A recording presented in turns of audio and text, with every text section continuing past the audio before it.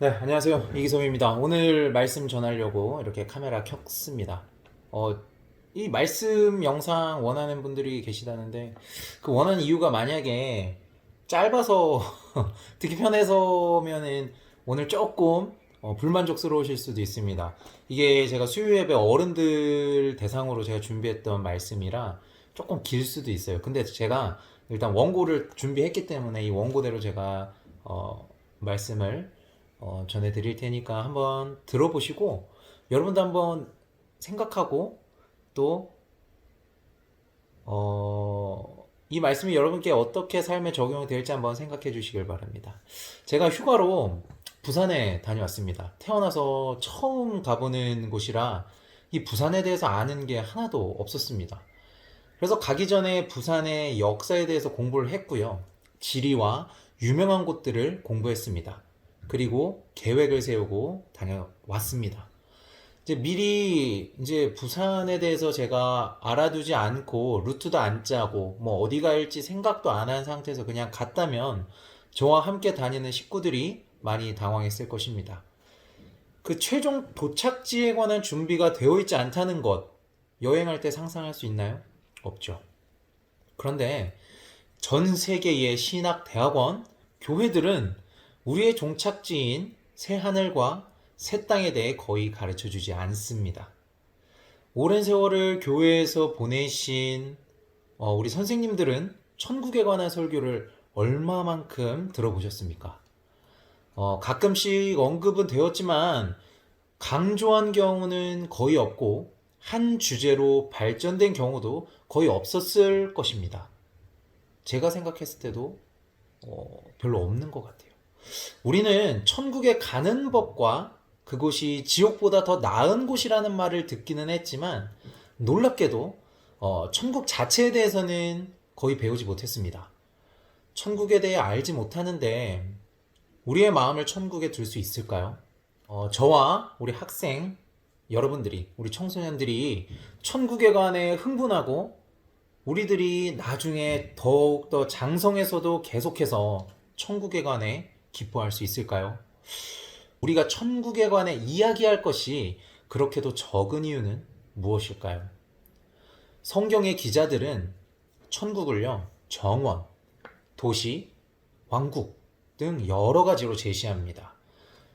정원이나 도시나 왕국이라는 거는 우리에게도 친숙하기 때문에 그것들은 우리에게 천국을 이해할 수 있는 가교 역할을 해줍니다. 그러나 많은 사람들은 이것을 단순히 비유라고 생각하고 실제로 천국에는 그런 것이 없다고 생각하는 실수를 범합니다. 우리는 성경이 천국을 우리에게 친숙하고 물리적이며 눈에 보이는 장소로 말하는 것들을 진지하게 받아들이지 못합니다. 여러분, 상상할 수 없는 것은 기대하거나 바랄 수가 없습니다. 그래서 저는 하나님께서 성경을 통해 우리에게 천국을 살짝 보여주셨다고 믿습니다.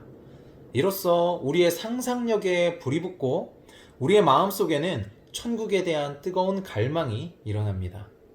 저는 처음 스노클링을 했을 때 처음 들여다보는 그 바닷물 속의 형형색색 그 물고기들을 보며 놀랐습니다.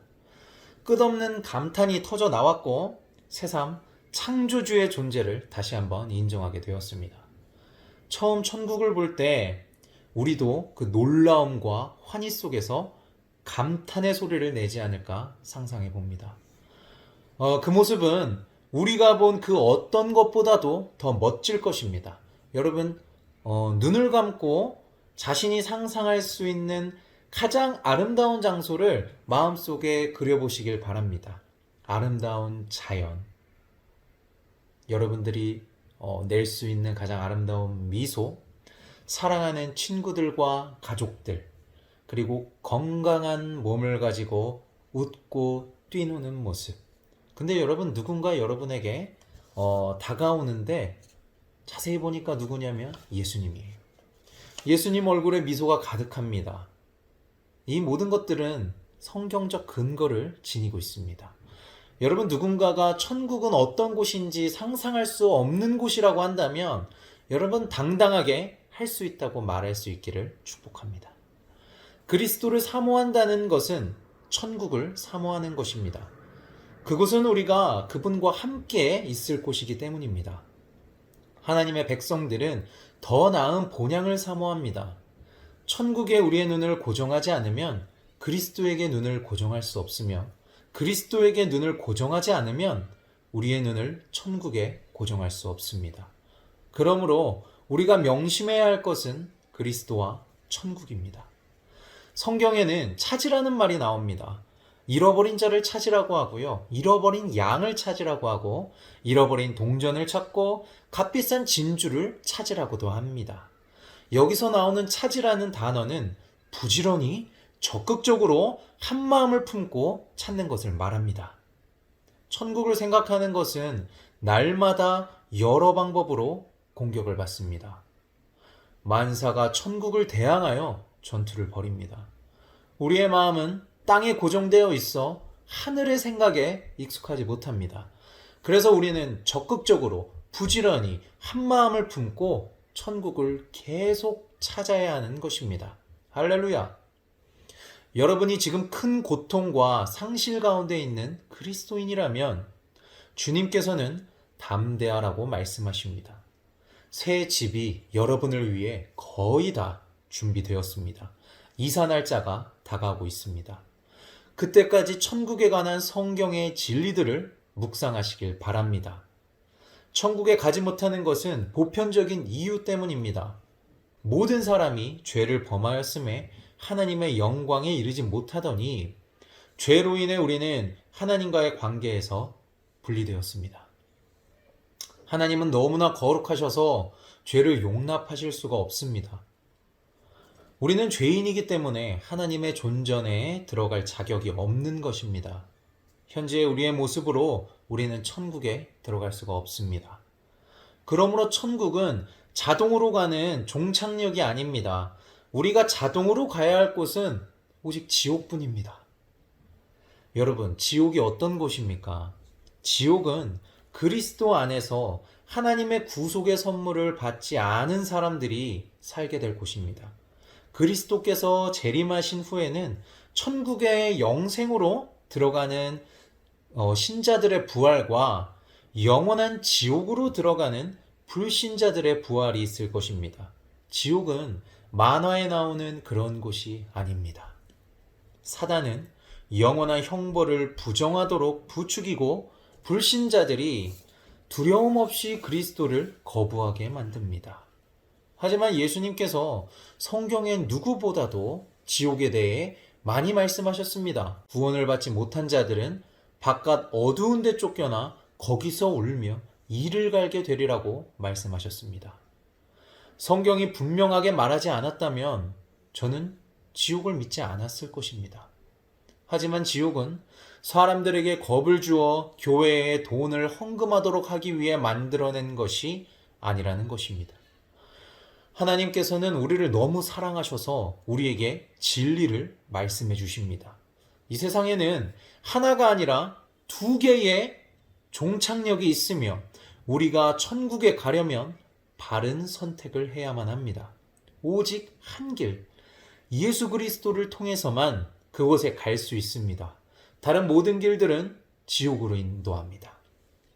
여러분, 이 땅은 천국과 지옥이 만나는 중간 세계입니다. 땅에서의 가장 멋진 삶이라도 천국의 그림자에 불과하며 땅에서의 최악의 삶이라 할지라도 지옥의 그림자에 불과합니다. 그리스도인의 경우에 금생은 가장 가까운 지옥이며 불신자들의 경우에 금생은 가장 가까운 천국이겠죠. 하나님은 우리 없이 천국에 사느니 차라리 우리를 대신해서 지옥에 가기로 작정하셨습니다. 그분은 우리가 지옥에 가지 않기를 그렇게도 원하셨기 때문에 우리가 갈 필요가 없도록 십자가에서 무서운 대가를 치르셨습니다. 여러분, 대가는 지불되었습니다. 그래도 우리는 여전히 선택해야만 합니다. 모든 선물이 그러하듯이 용서의 선물이 주어져도 우리가 그것을 받기로 정하기 전에는 우리 것이 아니기 때문입니다.